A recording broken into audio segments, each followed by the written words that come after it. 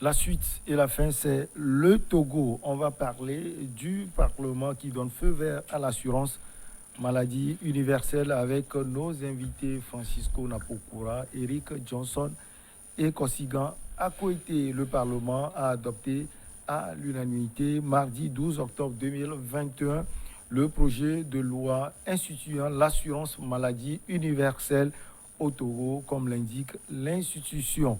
Cette adoption marque une nouvelle étape vers la matérialisation de l'ambition de couverture sanitaire universelle au Togo et couronne le processus marqué par l'adoption à cet effet d'un avant-projet de loi le mois dernier en Conseil des ministres. Alors, Kosigan à côté, c'est une bonne nouvelle. C'est une bonne nouvelle, c'est une bonne nouvelle. Je vais même aller plus loin pour dire que le Parlement vient de ravir le trophée au gouvernement qui, je crois, a aussi vient d'avoir un an d'existence. L'assurance maladie universelle, c'est très bon. C'est l'assurance maladie. Ah oui, vous savez, quand on voit comment le Togolais lambda souffre, quand il tombe malade et qu'il n'a aucune aide, et qu'aujourd'hui il y a une assurance de maladie universelle qui va qui va venir aider un tant soit peu ceux qui n'ont rien du tout, quand ils tombent malades, qui auront accès aux soins de santé, c'est une très bonne chose. C'est une très bonne chose. Donc c'est pourquoi je dis le Parlement vient d'offrir un gros cadeau aux Togolais. Maintenant, il reste l'opérationnalisation voilà, de ce beau cadeau. Vivement que ça ne prenne pas trop de temps pour être vraiment effectif et que ce ne soit plus les fonctionnaires qui bénéficient de INAM, mais que cette couverture touche toutes les couches sociales du pays, surtout ceux de nos villages qui peinent à avoir un petit paracétamol quand ils tombent malades. Quand au même moment, il y a d'autres qui vont en France par évacuation et avec les ressources de l'État pour se faire soigner quand ils ont mal aux petits doigts. C'est important. L'instauration, Francisco Napokura, d'une couverture maladie universelle doit permettre de passer du droit à la santé juridiquement affirmé au droit réellement exercé de se soigner. Oui, félicitations aux parlementaires pour ce acte, ce vote. Et puis, je les encourage à continuer, mais cette fois-ci, à interpeller le gouvernement, parce que ils adoptent beaucoup de tests, mais l'exécution reste toujours dans les tiroirs. Je prends par exemple le statut particulier des policiers et autres qui n'est pas encore mis en exécution. Mis en exécution pour que les avantages salariaux et autres puissent l'accompagner. Vous savez, la santé dans nos pays occupe pratiquement 50 à 51%, selon les études, du budget de la famille, sinon d'une personne. Et donc, avoir une couverture d'assurance, c'est vraiment c'est une bonne chose. C'est une bonne chose. Kosigan l'a dit tout à l'heure, il y a l'exécution. L'exécution, comment ça va se passer?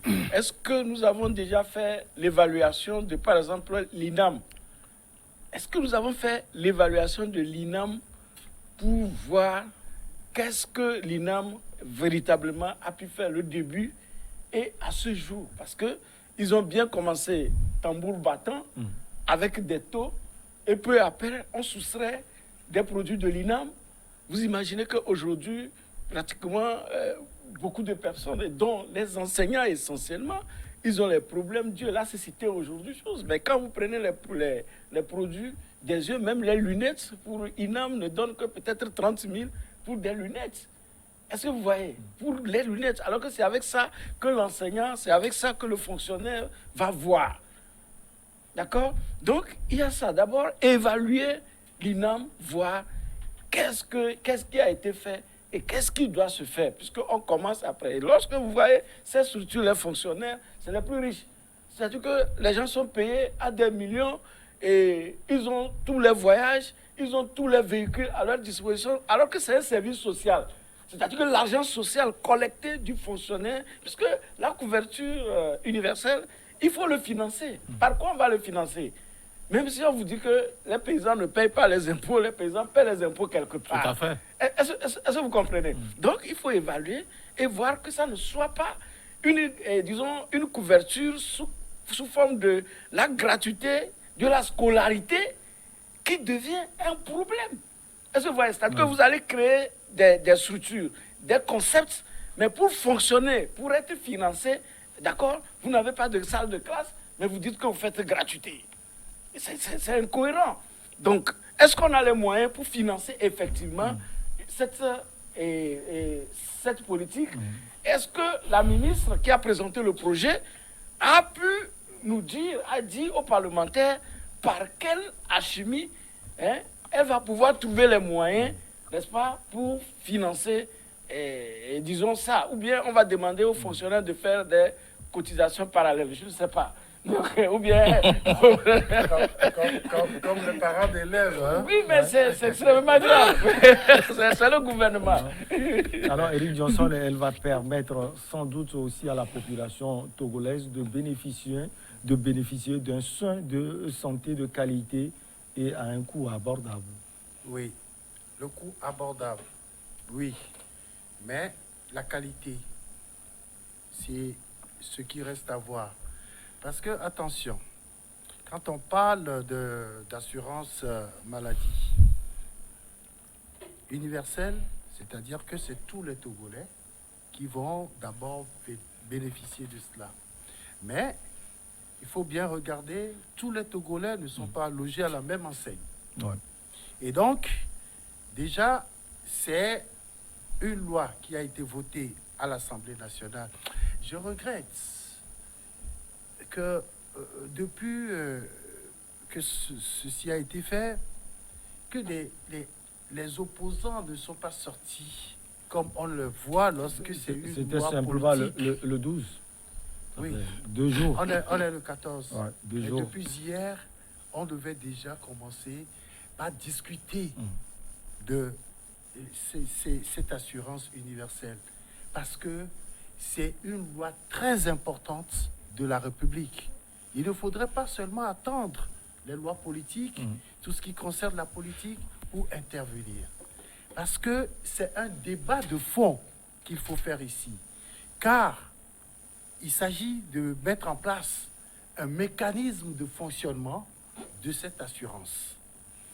Comme je le disais tantôt, vous prenez un paysan qui, peut-être, n'a jamais mis pied à l'école, mais qui doit aussi bénéficier de cette assurance maladie, et vous prenez le fonctionnaire qui en bénéficie déjà.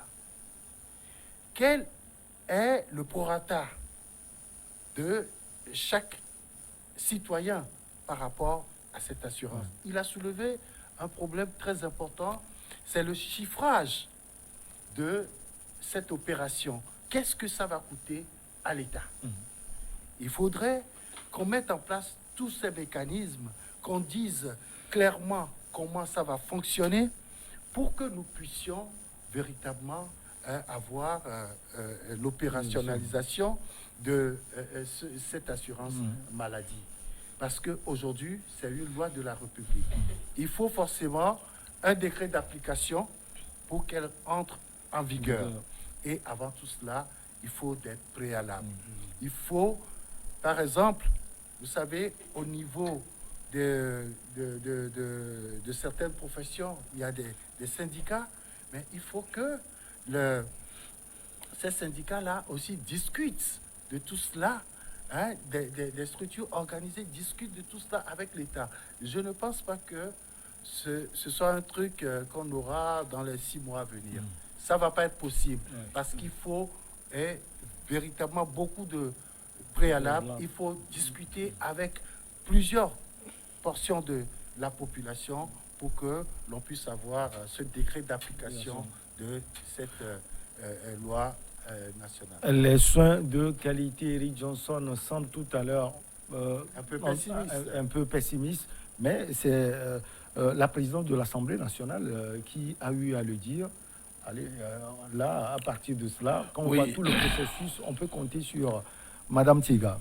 Oui, vous savez, avant que l'exécutif ne parte, il lui faut l'arsenal juridique. C'est ce que le Parlement vient de faire.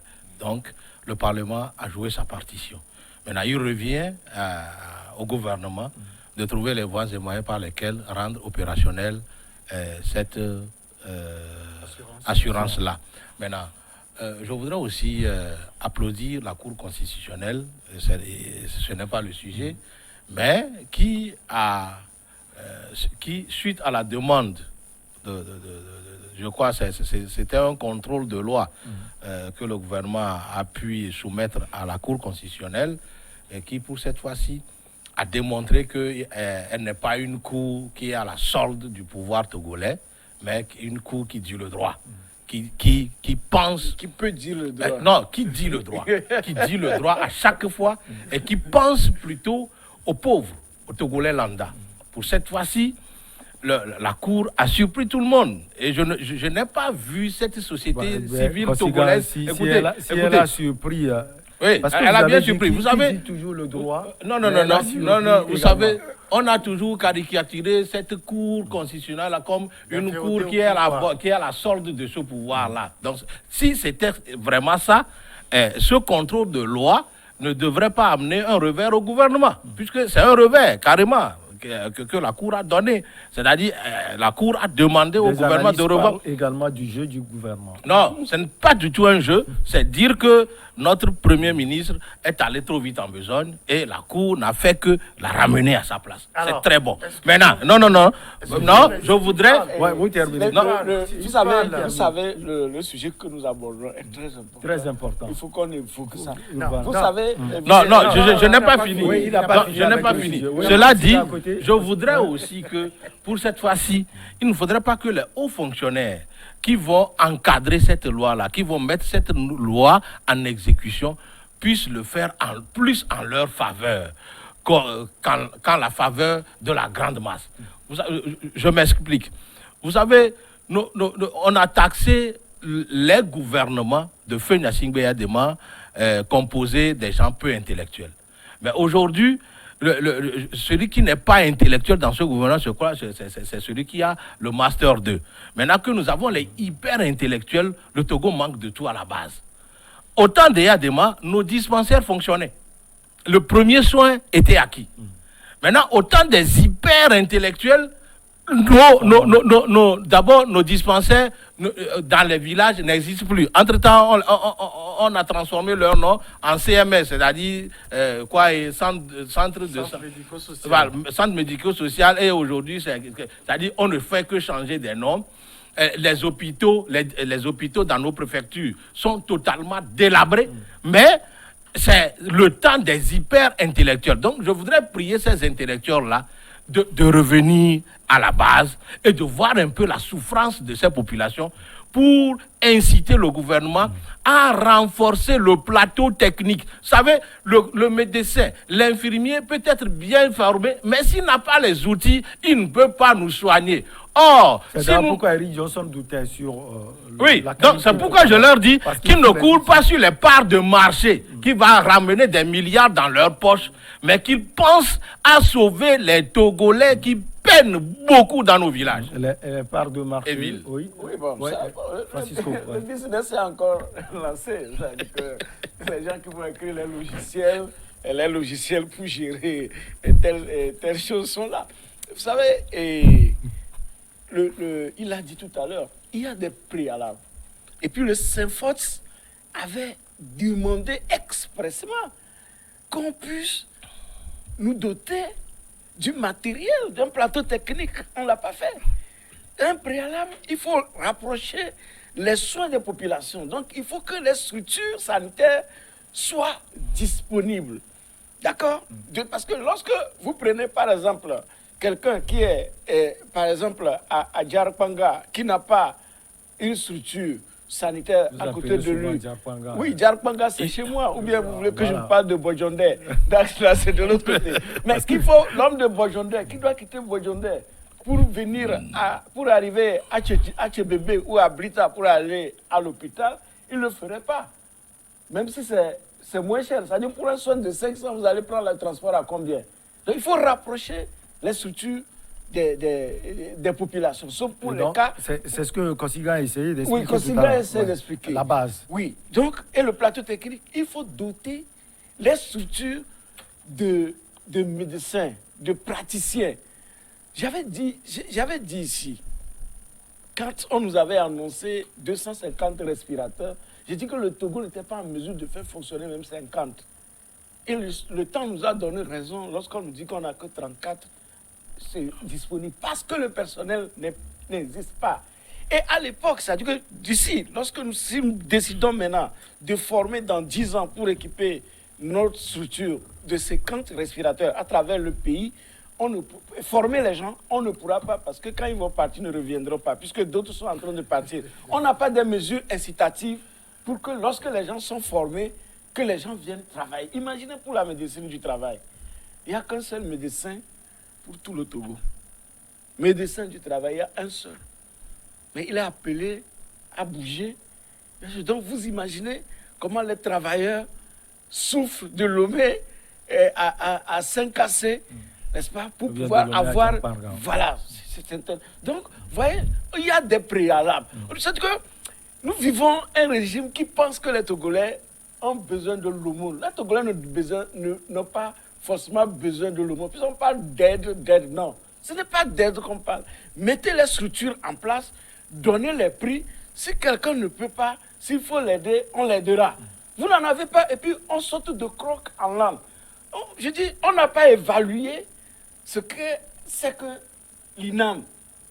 D'accord? On dit, structure quoi? Comment on va le financer? Dotez-nous d'abord des hôpitaux régionaux. Pardon? Mais l'INAM est fonctionnel. Oui, mais écoutez bien, les problèmes qu'il y a là-bas, parce que quand vous voyez, attendez, même son champ d'action. Mais quand vous voyez les produits, comment les produits sont pris en charge, à chaque fois, on est obligé de diminuer le taux de prise en charge. Et on sort des produits de l'INAM. Est-ce que vous... Attendez. Et parfois, quand vous voyez ce qui est moins utilisé, par exemple, quand vous prenez par les vitamines sont plus cotées remboursables que les produits, donc comme je parle, par exemple, des produits pour les yeux, des produits contre le palu et autres. Donc voilà, mais je dis, il faut doter le pays des structures sanitaires et le plateau technique, renforcer le personnel. Vous, justement, c'est cette question que j'allais poser avec l'opéralisation de l'assurance. Oui. Vous voulez qu'on fasse cela avant? Si, je dis, avant de faire l'aumône, attendez, avant de faire l'aumône, moi je considère que le gouvernement ne parle que d'aide. Avant d'aider quelqu'un, payez-lui sa dette d'abord. La dette que les Togolais demandent au gouvernement, c'est de mettre en place des structures sanitaires qui répondent aux normes. Maintenant, si après... Suisse, bon, écoutez, Eric, quand nous en parlons, il ne faut pas qu'on rie, parce que c'est grave. Il a dit tout à l'heure, quand les gens sont malades, par exemple, même à Kara, ils sont obligés d'aller faire le scanner à Tangueta ou à Dougou. Au Bénin. Ils vont payer, non? Ou bien c'est gratuitement, on le fait? Non. On ne le fait pas gratuitement. Donc les gens disent, apportez-nous le plateau technique. Nous allons payer. Et lorsque quelqu'un n'a pas les moyens pour payer, il va demander de l'aide. C'est ce qu'on demande. On parle de l'aide quand vous... Voilà. Il a en partie raison. Ouais, c'est important, ce plateau technique. Oui, je crois que nous disons tous la même chose. L'assurance maladie universelle est une très bonne chose. Ouais, ça, on l'a souligné. On l'a dit, avant son opérationnalisation, il y a des préalables. Ce dont moi je parlais par rapport à la qualité de soins, c'est que lorsqu'on parle d'assurance maladie, ça veut dire quoi? Que quelqu'un qui est malade, il arrive dans une structure sanitaire, peut-être qu'il ne va plus payer les droits de consultation. On va lui faire des soins qui va Les mettre petits sur points. papier, Le petit etc. soin. Et en ce moment, les structures sanitaires ne pourront plus bien fonctionner.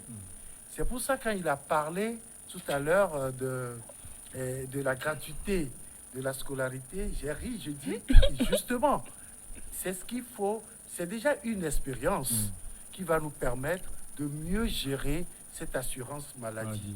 Qu'il faut en même temps qu'on met cette assurance universelle en place, continuer par doter les structures sanitaires de matériel et de plateaux techniques, comme il avait dit, pour permettre à tout le monde de bien se faire soigner. Alors, quand il a écouté la Mais présence de... je voudrais revenir un peu par rapport à cette histoire de la Cour constitutionnelle. Il y a eu, enfin, peut-être une incompréhension. Au fait, la Cour constitutionnelle n'a pas demandé au gouvernement d'arrêter la décision du pass sanitaire avant d'entrer dans les bâtiments publics. Là, c'est le gouvernement qui a envoyé une demande à la Cour. Ça, je l'ai dit. La Si. Cour constitutionnelle. Pour contrôle de cette loi. Par rapport à une ordonnance qu'il voudrait prendre. Et cette ordonnance-là ne concernait que les préfectures du Golfe et d'Aguenivé. C'est là où la Cour constitutionnelle a dit non, si on doit prendre une décision, ça ne doit pas que concerner les deux préfectures, mais toute l'étendue du territoire. C'est ce qui s'est... Alors, quand il a écouté, on a vu la présence...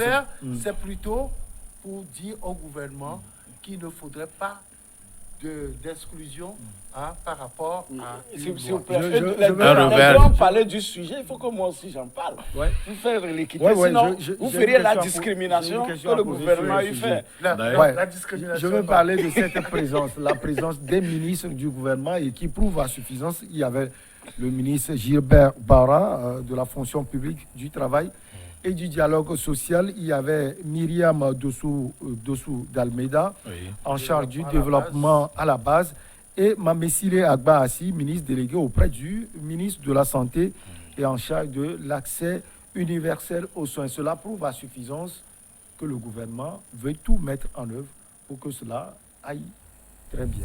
Mais le gouvernement a intérêt à tout mettre en œuvre pour que l'exécution rapide de ce projet de loi se fasse sentir sur le terrain. Ce serait à leur honneur. Mais je dis une chose, que ce ne soit pas une partie de la jarre à moitié remplie. Je veux m'expliquer, c'est-à-dire qu'il ne faudrait pas que les cadres de ces ministères-là tronquent la tête ou tronquent ou tirent le fondamental. Voilà, tire la plus grande partie du drap vers eux. Il faudrait qu'ils pensent à envoyer pour cette fois-ci ce ballon-là à la population. C'est un cadeau du gouvernement.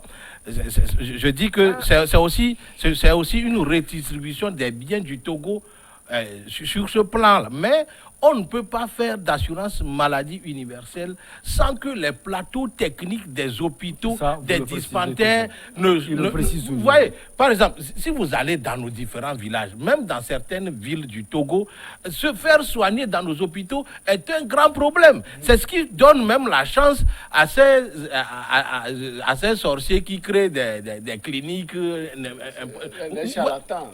C'est des charlatans. Vous voyez? Oui, c'est aussi ça la réalité. Pourquoi je fais le lien ou le rapport entre les gouvernements du président Fonya Singbe et les gouvernements de Fonya Singbe. Voilà, on les a taxés des moins intelligents, des moins diplômés, mais au moins en leur temps, toutes ces structures-là fonctionnaient même dans les villages les plus lointains. Il y avait un dispensaire, il y avait un major qui travaillait et qui sauvait des vies. Maintenant, il y avait aussi des matrones qui délivraient les femmes enceintes. Maintenant, quand les super agrégés, les super docteurs sont venus, on ne sent plus cette structure de santé fonctionner à la base. C'est ce que je dis. Aussi, je vais faire une parenthèse. Non, vous savez, je vais faire une parenthèse. Nos ministres sont issus des différents villages de ce Togo. Mais je ne suis pas sûr qu'aujourd'hui, les ministres là ont une influence dans leur propre village. Est-ce qu'ils amènent une aide particulière à leur village? Non plus, ça ne se fait pas. Il y en a même certains de nos ministres. Écoutez, il y a certains de nos ministres qui ne connaissent même pas les différents quartiers de leur ville, qui ne connaissent pas les différentes fermes et hameaux qui constituent leur village. Est-ce qu'ils rentrent dans leur village? Est là pour tous les Togolais. Vous oubliez une chose. Nous sommes en Afrique. Vous savez, on se complète dans le monde. Si vous êtes ministre pour le Togo, mais vous êtes ministre aussi pour votre village. Vous êtes né là-bas. Il faut laisser une empreinte qui va citer votre nom. Moi, j'ai dit, à l'entente à la prise de fonction de Madame ministre Dogbe, j'ai dit, si Madame Dogbe arrivait à mettre un pont sur le lac Togo qui va relier Togoville ou Badougbe à Vogan, tout le monde va la citer comme quand elle a pris la primature, elle a pu faire ça. C'est quelque chose qui aide le Togo. On ne peut pas venir d'un village et l'oublier, dire que nous sommes ministres de la République, qu'on travaille pour la nation, on ne vous sait pas. Malheureusement, le pont n'est pas dans son programme. Sinon, j'allais me plaider même pour qu'on donne un Dogbé au pont. Mais elle a préféré le dédoublement, mais je ne sais pas quand est-ce que ça va arriver. Mais vous imaginez, on a encore 2 minutes. Avant d'en arriver là, soins universels, je dis les premiers soins à l'hôpital. Et les dispensaires. Je dis, oui, quand je dis premiers soins, ce n'est pas, quand je dis à l'hôpital, ce n'est pas au grand CHU seulement. C'est-à-dire que dans les dispensaires, que lorsque quelqu'un est en cas de détresse, arrivé à l'hôpital, au moins qu'on puisse le prendre en charge. Mais le service social de nos CHU sont vides. Ils n'arrivent plus à faire le cas social. Maintenant, on déplace seulement le problème, on déplace le contexte. Est-ce qu'au Togo, les conséquences nous servent? Je viens de parler de l'école. Nous avions fait l'école primaire gratuite. On a eu des conséquences. Et puis, on est là, dans un processus. Le budget est voté depuis l'année dernière. On décide cette année, en cours d'année ou quoi, que on veut rendre l'école secondaire également gratuite. Dans un contexte où nous avons déjà des problèmes, est-ce que ce n'est pas en train de créer des problèmes à un département qui, je ne sais pas, ou bien à l'exécutif? Parce que l'exécutif le gouvernement ne crée pas de problème, mais il essaie de résoudre les problèmes. Voilà. A fait beaucoup de victimes. Nous avons fermé les bars.